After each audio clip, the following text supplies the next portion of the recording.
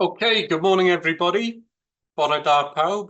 My name's Hayden Llewellyn, Chief Executive of the EWC, the Education Workforce Council. I'm delighted to welcome you to today's session. So we'll make a start. I invite my two colleagues to introduce themselves and we'll flip on to the actual presentation slides and we'll crack on. So David, would you like to go first? Just say hello and introduce yourself, tell everybody who you are. Bore da, I'm David Brown. I'm the Director of Regulation, and one of the areas which I'm responsible for is data. So I'm really delighted to be here to share our data with you. Thank you, Hayden. Thanks. David will be known to a lot of people. He's been at EWC about 4 years, previously prominent in a number of trade unions in Wales and WJC prior to that. So a lot of people will know David. And Nia, please. Bore da, good morning. Fi di Nia Griffith. I'm Nia Fi Griffiths. di rheolwr data yma yn y I'm the Cyngor data manager Gweithio here in the Addysg, Education a dwi Workforce di bod Council, yma ers tua and I've 5 been mlynedd here rwan. for around 5 years now. Thank you both. So we'll make a start. Okay, so I'll say very briefly from me, I'll just tell you what we're going to cover today. So I think most people in the virtual room will know that one of the EWC's statutory requirements is to maintain a register of education practitioners working in education and training in Wales. There are over 90,000 practitioners in Wales on the EWC register. One of the useful byproducts of having all that information is that we can analyze it, report on it, share information with stakeholders, registrants, and various organizations. So essentially, that's what we're going to do today, and that's what we've done in previous years. We'll talk to you about the data, give you lots of different bits of information, and hopefully some food for thought. So in two blocks, David will go first, and he'll basically give you a presentation of what the data looks like as at March 2024. So the data is really up to date. Then we'll hand over to Nia, who will delve into the data in more detail. Some of the areas you'll be interested in are trends, recruitment and retention information, which we're actually being asked a lot about currently from various stakeholders, politicians, and so on. And also for the first time, data on independent school staff and independent college staff. They joined the register just over a year ago. So it's the first time, but we'll profile data from that sector and also make some comparisons against maintained schools and colleges. So that's what we're going to cover today. So I'll stop at this point. I'll come back in at the end to give a summary and also facilitate the Q&A. But David, over to you, please. Thank you. In March, there were over 90,000 individual registrants on the register. This pyramid shows the number of registrants eligible to work in each category. Because some registrants are eligible to work in more than one category, the pyramid totals more than 90,000. In May 2023, 4 new independent categories of registrants joined the register. For the purpose of this slide, we've included those registrants working in independent schools in the bottom 2 categories, and those registrants working in independent special post-16 institutions, they've been included with the FE categories. We'll provide some more information about these 4 new groups later in this presentation. The pyramid shows that learning support workers were the largest category on the register, with over 48,000 practitioners registered. Looking forward to 2025, we will be publishing the data breakdown for FE principals and senior leaders and community-based adult learning practitioners. These 2 new groups joined the register on the 10th of May 2024. This is a new analysis that we presented in our Education Workforce Statistics report this year. This is a 2-way matrix with each registration category shown across the top in the columns, as well as down the left-hand side in the rows. The white numbers in the green boxes shown diagonally across the centre of the table, from top left to bottom right, are those individuals who are only registered in that category. For example, the first number in the green box at the top left is showing 29,988 teachers who are only registered as teachers. If I take you across the top row, the first white cell under the School Learning Support Worker heading is showing that there are also 4,373 teachers who are also registered as School Learning Support Workers. As you work your way along the row, you will see that there are also 1,215 teachers registered as FE teachers. These numbers are mirrored when you work your way down each column. As you can see, we have a high number of multiple registrations within the FE categories. So if you go to the third column, titled FE Teacher, and follow it down, you can see that there are 3,485 individuals registered as FE teachers only. But if you keep following it down, you'll also see that there are 1,518 FE teachers also registered as FE learning support workers, and also 858 registered as work-based learning practitioners. But this is to be expected due to the multiple roles that individuals have within the FE institutions. We are also seeing that the support worker categories are more likely to be registered in multiple categories. For example, if you see the qualified youth support worker columns, we have 464 registrants solely registered as qualified youth workers, but the highest number of multiples are school learning support workers. In terms of gender, the education workforce has been a very static female-dominated workforce for many years. You can see this is also the case for 2024.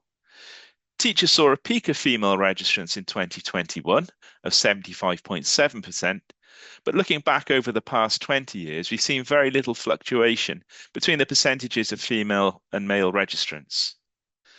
School learning support workers has the biggest difference between the percentage of female and male registrants at 70.9%.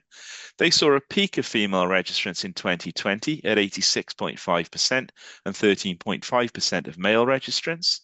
The lowest percentage of female registrants was in 2023, where there are 85.5% of female registrants and 14.4% of male school learning support worker registrants.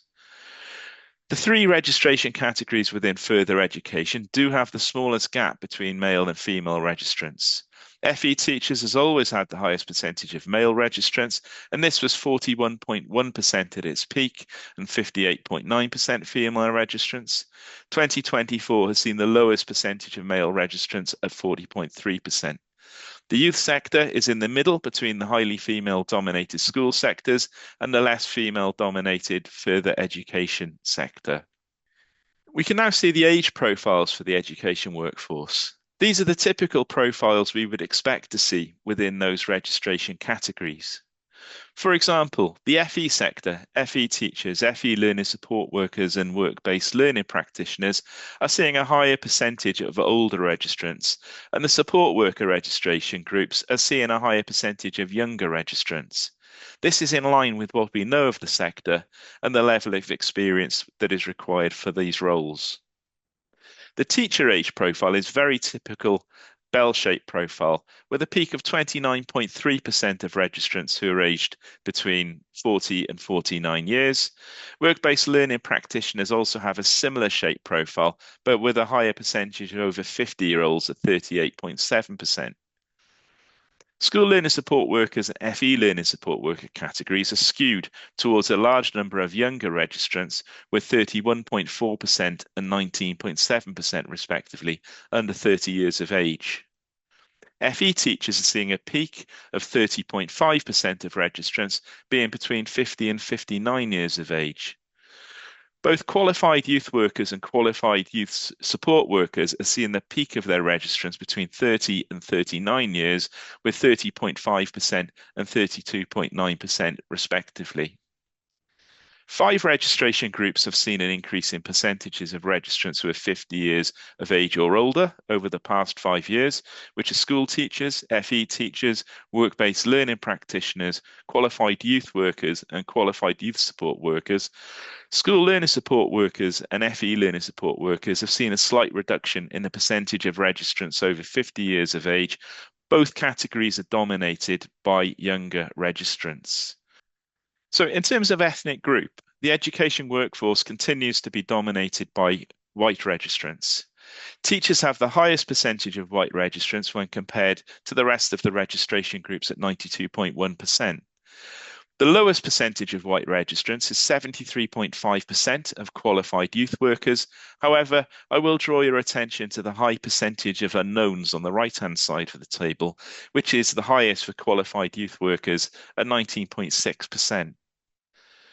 School learner support workers and FE learner support workers have the highest percentage of Black, Asian and minority ethnic registrants at a total of 7.5% and 8.3% respectively, which are both higher than the 6.3% which was reported in the 2021 census data for Wales.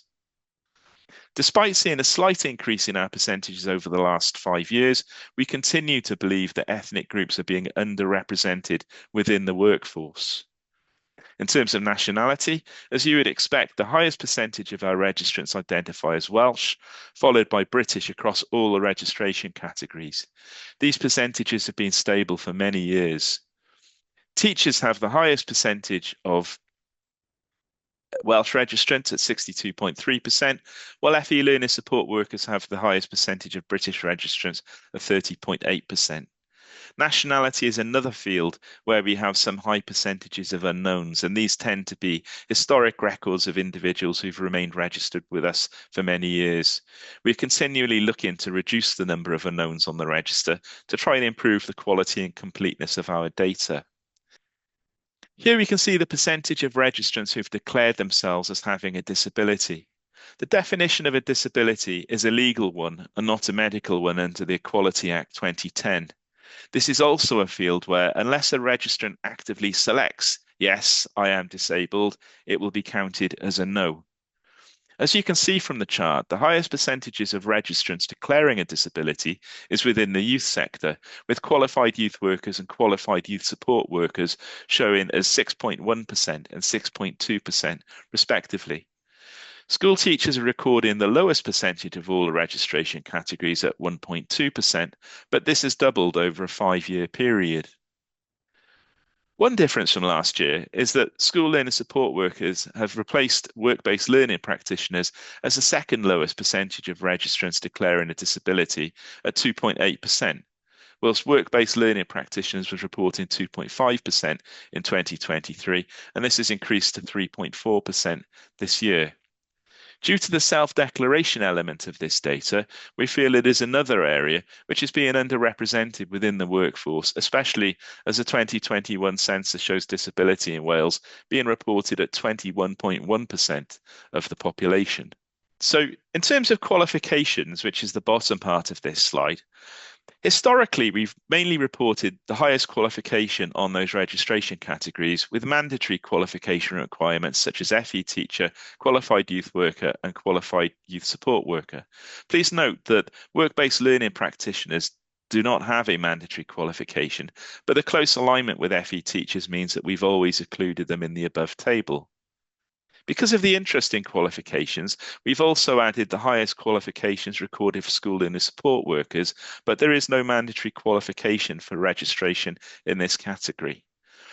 The type of qualification is assigned to each level using the qualifications and credit framework.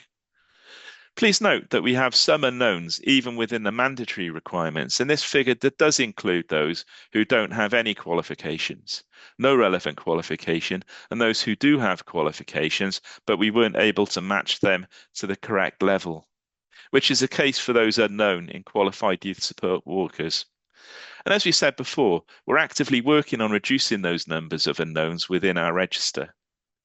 As you can see, those categories who have a mandatory element to their registration have the majority of their registrants with higher levels of qualifications. 79.9% of FE teachers hold a level 5 or higher qualification, and 52.3% of work-based learning practitioners have a level 5 or higher qualification.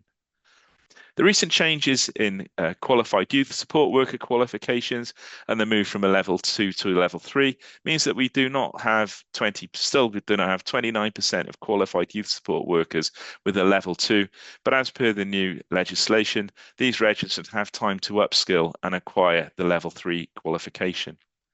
School learner support workers have had much more of a spread of qualifications, but still 30.5% of registrants with a level 5 or higher qualification, but they also have the higher level of unknowns at nearly half of all of the people registered in that category. I'm going to pass now to my colleague Nia, who's going to carry on from here. Thank you, Nia. Diolch, David.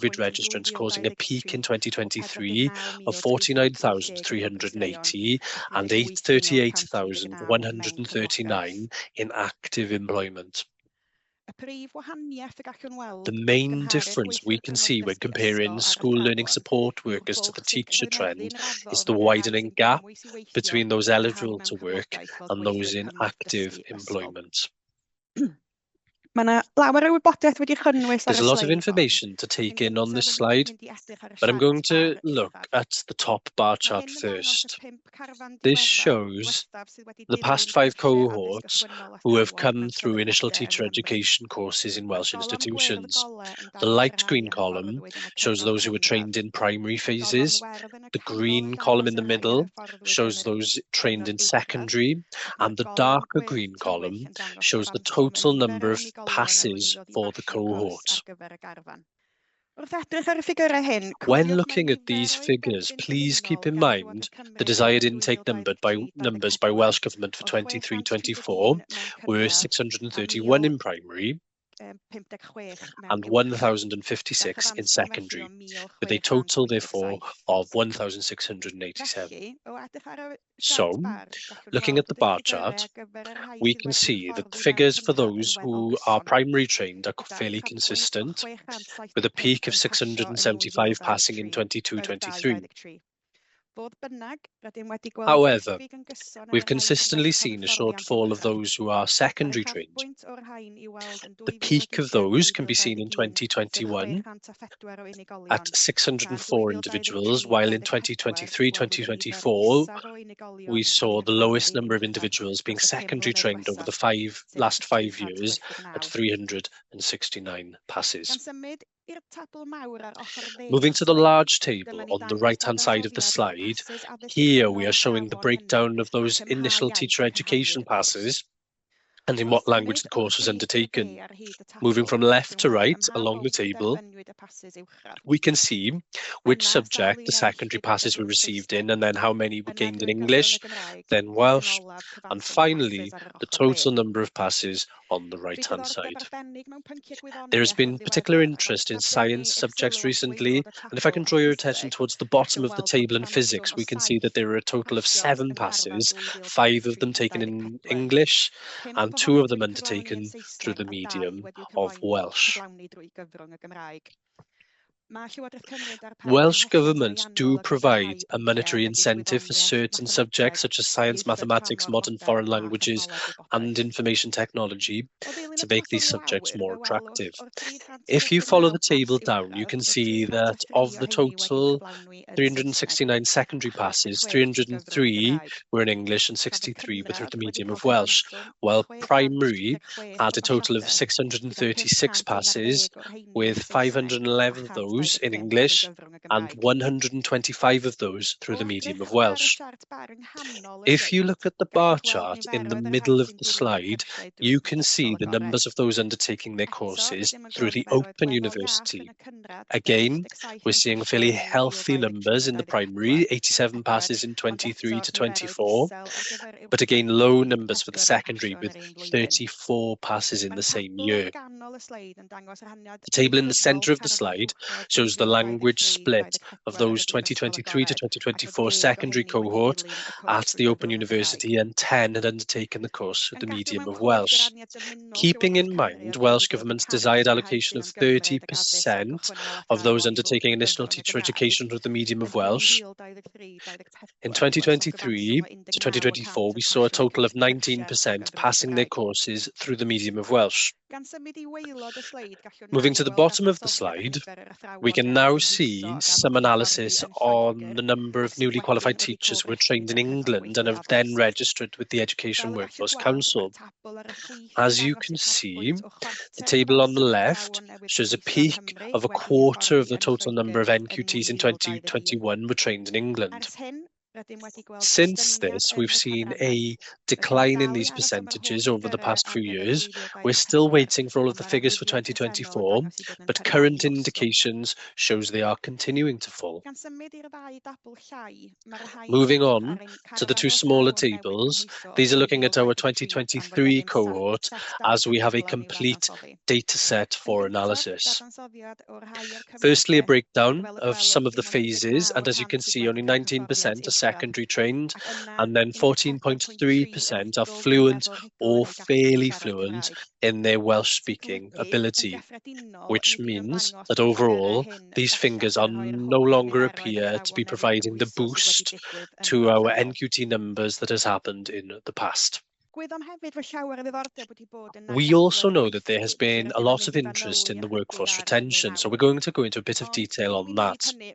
But before I do, I want to let you know that because the independent sector hasn't been registered long enough for us to undertake the analysis, we haven't included them in these figures.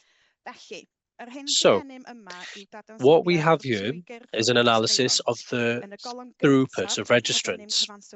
In the first column, we have the total number of registrants eligible to work in those registration categories. In the middle column, we have the percentage of new registrants who joined the workforce in 2024 in comparison with 2023, while the last column is showing the percentage of registrants who are no longer registered with the Education Workforce Council. Moving to the chart at the bottom of the slide, you can see the differences between those new registrants and those deregistering in different registration categories. Starting on the left, we can see slightly more teachers registering in the navy blue column than deregistering in the purple. This means that there was a slight increase in teacher registrations in 2024 compared to 2023. Moving from left to right, across the bottom, we can see that we've had more deregistering as school learning support workers than coming in, with deregistration 4.9% higher in the than the new registrations. Further education teachers is another registration category which has seen more registrants deregistering than coming in, while further education learning support workers have seen a slight increase in the new registrants. Work-based learning practitioners has seen the biggest increase in new registrants during 2024, with 5.8% more registrants joining the category in comparison to 2023. Qualified youth workers has also seen a reduction in the overall number of registrants able to work, with 1.4% deregistering from the category since last year, while qualified youth support workers have seen a 1.7% increase in the number of registrants. To briefly go back to explain some of the reasons why we have a reduction in the number of school learning support workers, we think we're seeing an impact of the end of the financial support provided during COVID, the general financial impact on schools, as well as a small data cleaning project we undertook reviewing the requirement for some registrants who were registered as school learning support workers, but were also registered elsewhere. We believe that all of these factors have contributed to this drop, but we will definitely be keeping an eye on these numbers. Now we're looking at the 5-year trend data of the year-on-year difference in registration numbers. The table at the top of the slide shows the difference between incoming registrants and those deregistering for the last 5 years. If we take the first row of teacher registrants, you'll see that in 2020 there were 374 less teachers registered in comparison with the previous year, which was minus 1.1% of the total number of registrants. Then in 2021, we saw another decrease of 405 registrants before seeing the first of 3 years of increases, meaning that more registrants joined the category than left in those years. The bar chart on the bottom of the page is showing the percentage change from year to year so that you can see the fluctuations. Looking through the other registration categories, we can see that the school learning support workers has seen 4 years of increases, 3 of them quite significant, before the reduction that we have spoken about previously. Further education teachers have a much flatter profile, with 3 out of the past 5 years seeing increases, while 2021 and 2024 have seen losses. Further education learning support workers has a similar spike to school learning support workers, with the pink and blue bars showing a boost in numbers for 2022 and 2023 of an increase of 6% and 11.3% respectively. Work-based learning practitioners saw peaks in 2019 and 2024 of 7.1 and 5.8% in the total number of registrations. I will draw your attention to the 2021 maroon bar in the 3 further education registration categories. We believe that these are all reductions in the number of registrations which were a result of the change of contracts that happened in the sector at the same time. Finishing with qualified youth workers and qualified youth support workers, they have again seen 3 years of increases, but peaking in different years. Qualified youth workers saw the biggest increase in 2023 at 5.2%, while qualified youth support workers saw a smaller peak of 2.2% in 2020. The work in the youth sector was negatively impacted during COVID, and we can see the pink bar showing the loss in registration numbers. Here, you can see the retention analysis following a particular cohort of registrants from 2019. We undertook some analysis to see how many of the cohort remained registered after 5 years, which you can see in the first column.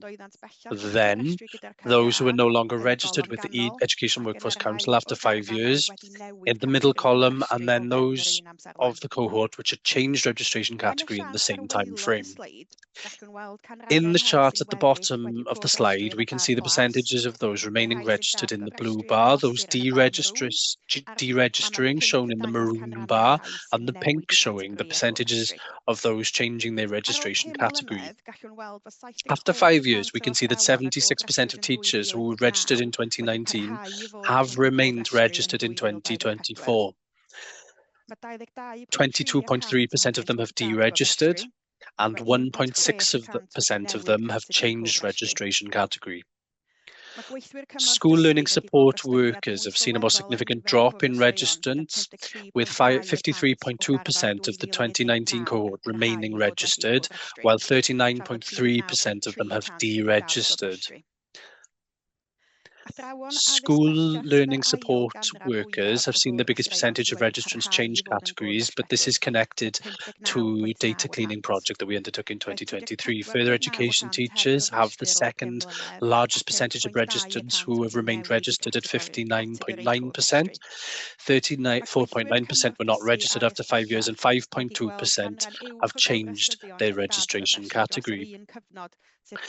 Further education learning support workers have seen a higher percentage of registrants deregister over the same period at 43.4%, while 50.7% remain registered. And the second highest percentage of registrants changing categories at 5.9%. Work-based learning practitioners have seen the lowest percentage of registrants remaining registered after 5 years at 43.3%, and in turn, the highest percentage of registrants deregistering at over 50%. Qualified youth workers has 59.4% remaining registered, while qualified youth support workers has slightly less at 52.3%, and therefore 38.2% and 46.4% respectively of registrants deregistering. Qualified youth workers saw slightly more registrants changing categories at 2.4% in comparison with 1.3% of qualified youth support workers. To delve into our retention data in more detail, here you can see our retention analysis of Welsh-speaking teachers and school learning support workers against non-Welsh-speaking teachers and school learning support workers. We are looking at the same categories as we were in the previous slide by analysing a cohort of registrants in 2019 and seeing who remained registered after 5 years, and then those who had deregistered and those who had changed registration category. The top left-hand table is showing the numbers and percentages of those Welsh speakers that we have tracked from 2019 to 2024.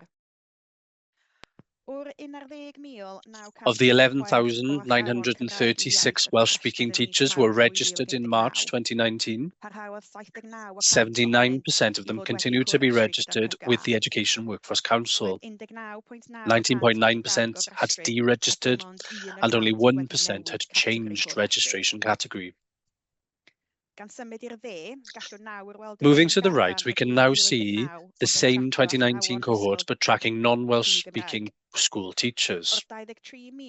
Of the 23,609 that were registered in 2019, we can see that 74.5% have remained registered, 23.7% have deregistered completely from the Education Workforce Council, and 1.9% have moved registration categories. Moving to the bottom half of the slide, we've undertook the same analysis on school learning support workers.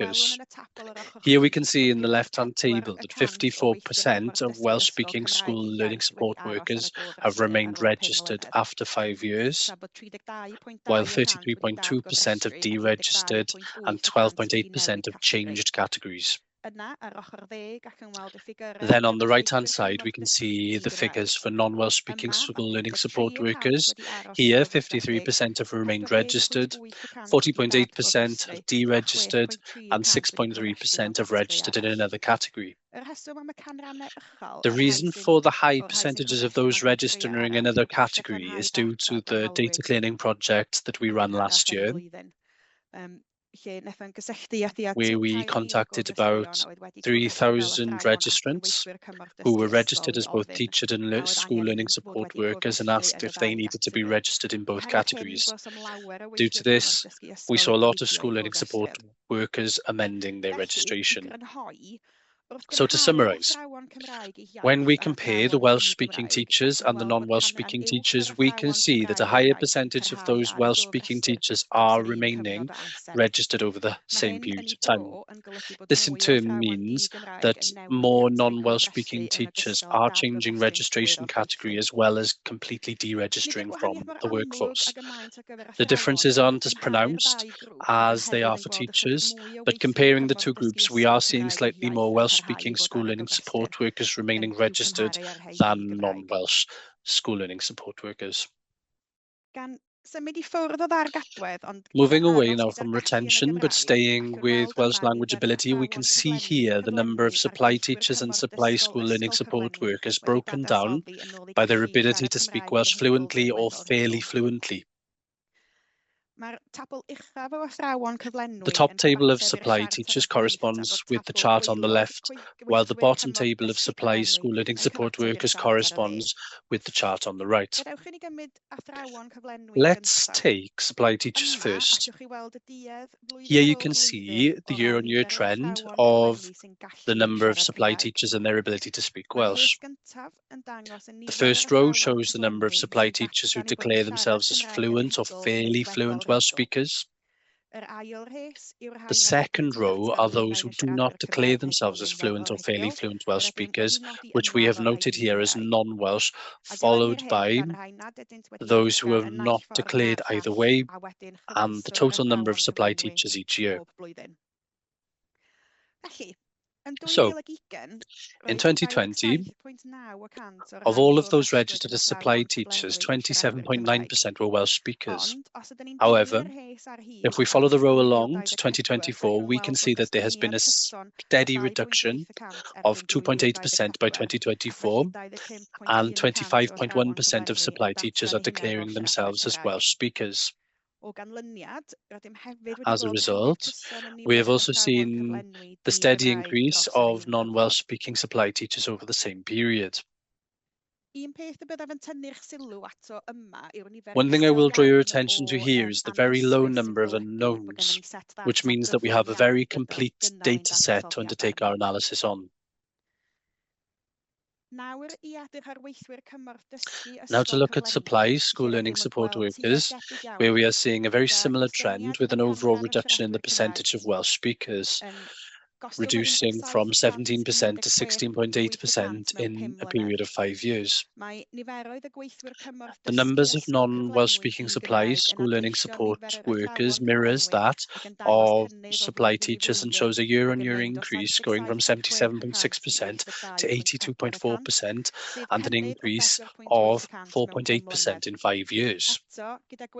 Again, with school learning support workers, we are very happy seeing the low numbers of unknowns.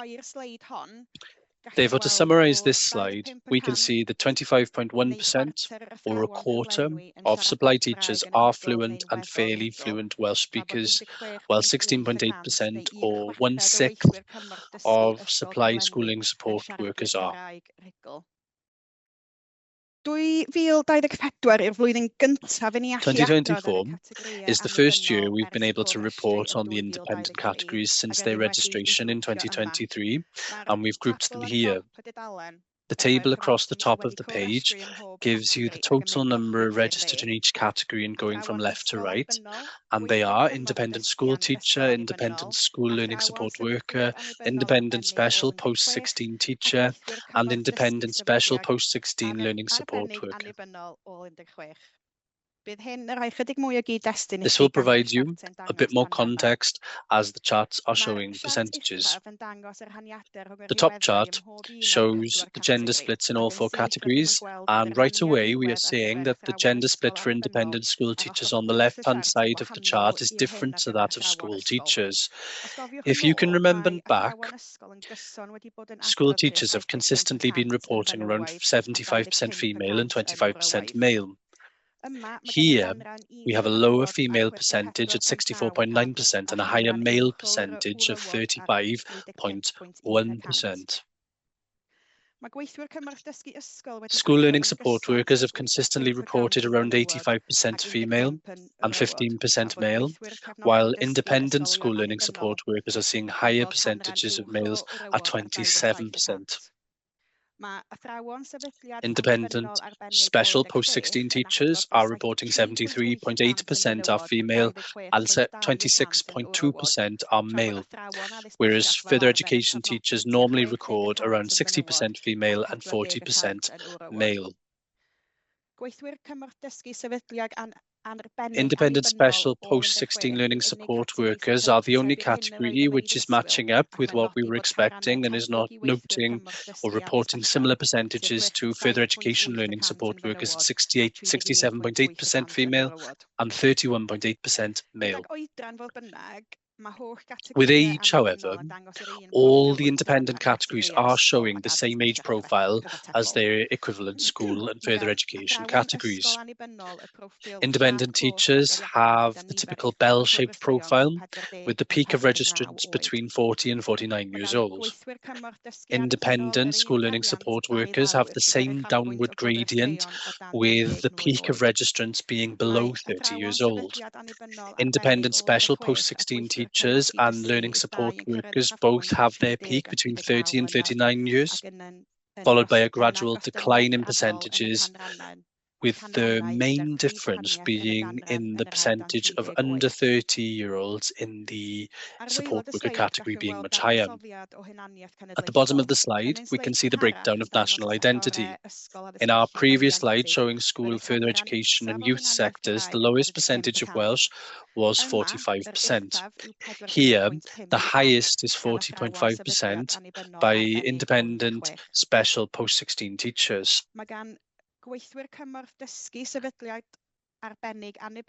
Learning support workers for independent institutions have the lowest at 29.1%. The main difference here are the higher percentages, noting their higher percentages of British and English nationalities. Independent special post-16 teachers are recording the highest percentage of British at 34.5% and 13.3% of independent school teachers are recording English. The analysis on the independent registration categories continues on this slide, and the top chart shows the ethnic group breakdown. Again, we are seeing similar breakdown to what we are used to seeing in our other registration categories, majority white, and therefore not accurately representing the wider population. The first table in the middle of the slide is showing the breakdown of Welsh speaking and Welsh working ability of the independent categories. Again, if you cast your mind back to our earlier slide, we were seeing highs of 31.9% of school teachers able to speak Welsh and lows of 13.7% of qualified youth workers. 3 of the 4 categories are recording single-digit percentages between 6.5% of independent special post-16 learning support workers and 9.8% of independent teachers. The anomaly here is independent special post-16 teachers who are reporting 19% of Welsh speakers, but I will draw your attention to the small number of registrants and their impact on the percentages. Now to the right-hand side of the table, and we can see the ability of our registrants to work through the medium of Welsh, and naturally we are seeing the same drop between Welsh speaking and Welsh working that we are seeing in our school, further education and youth sectors. However, because the initial Welsh speaking percentages are low, these are naturally even lower. And as you will see under the yes column, we're seeing around 3% able to work through the medium of Welsh in the registration categories. Again, independent special post-16 teachers are the anomaly at 10.7%, but we're actually only looking at 9 registrants able to work through the medium of Welsh. Now to look at the highest qualification level of each registration category.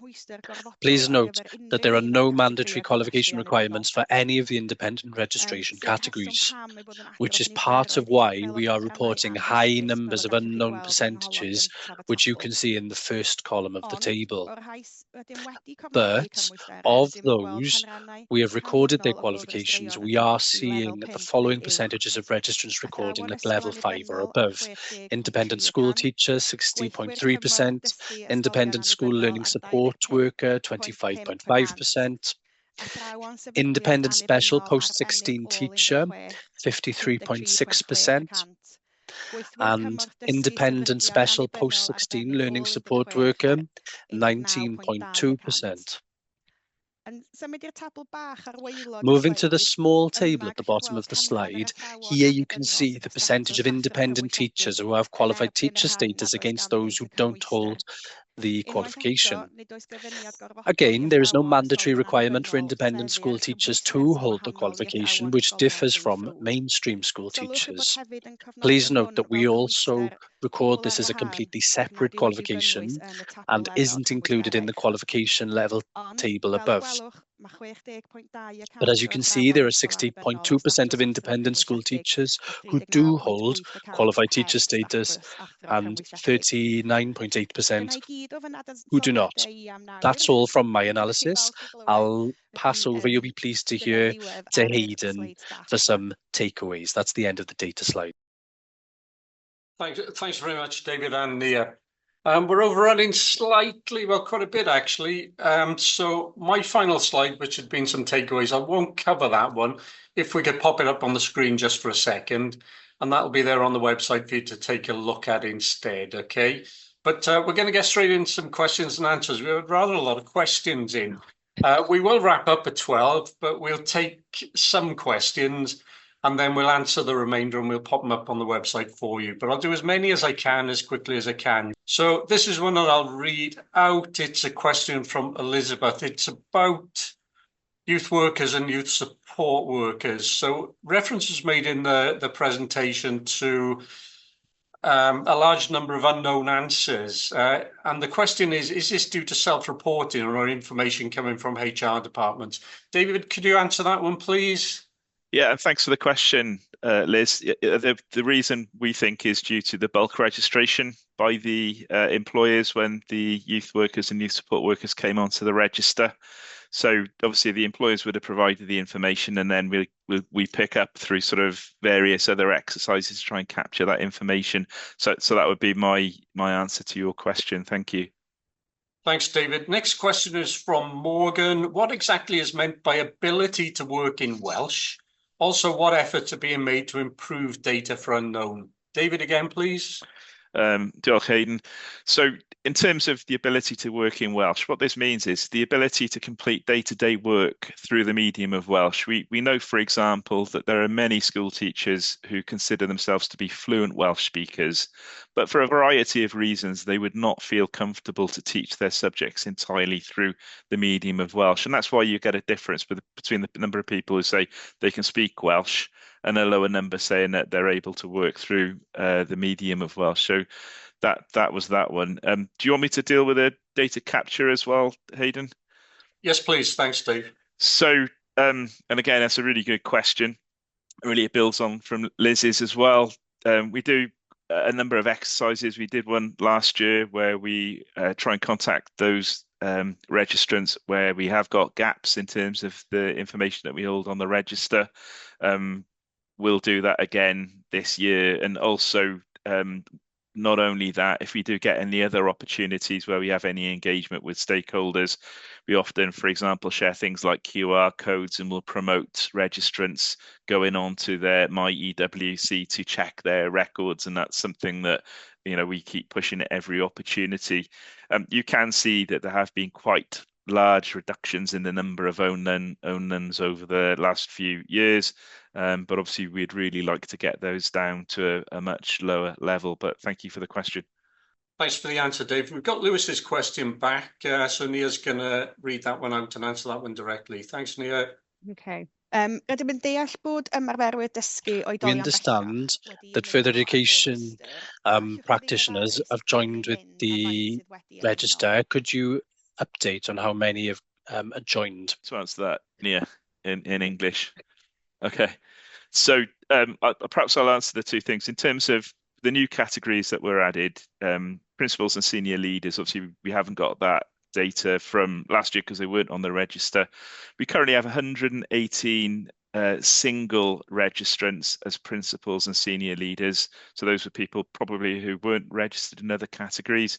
But we've also got 348 registrants who are not only registered as principals and senior leaders, but also in other categories as well.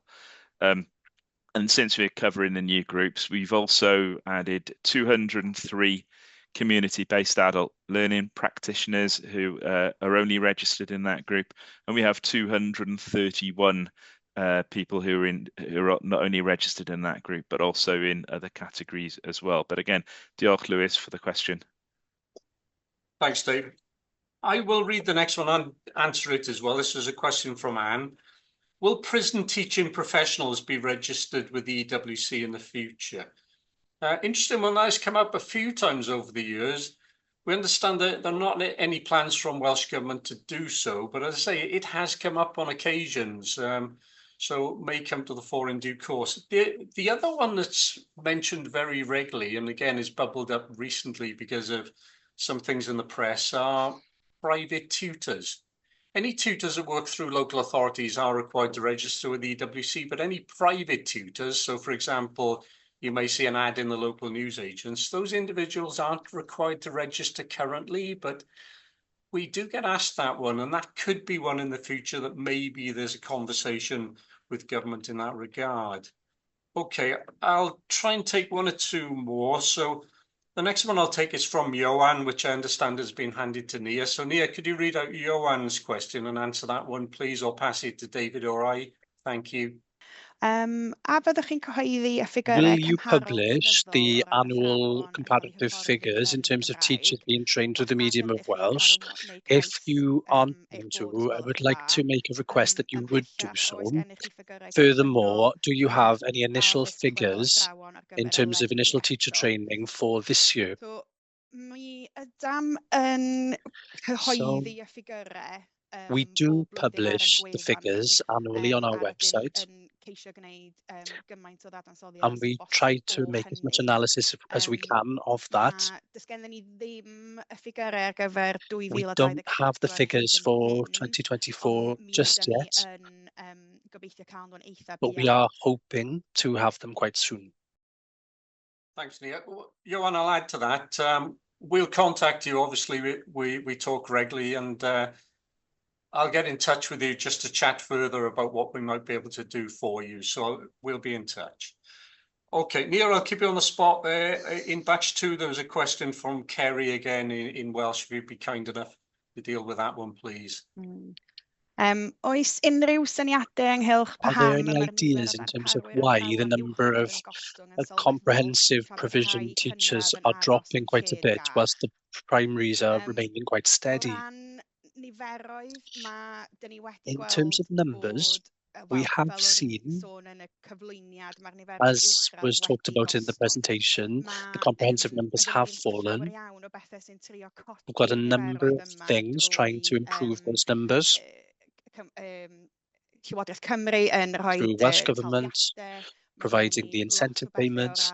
We've got a number of things in terms of Educators Wales or Teachers Wales going around trying to encourage people into the comprehensive sector, but the expertise is very particular for comprehensive, and we are looking to have more teachers in science, maths.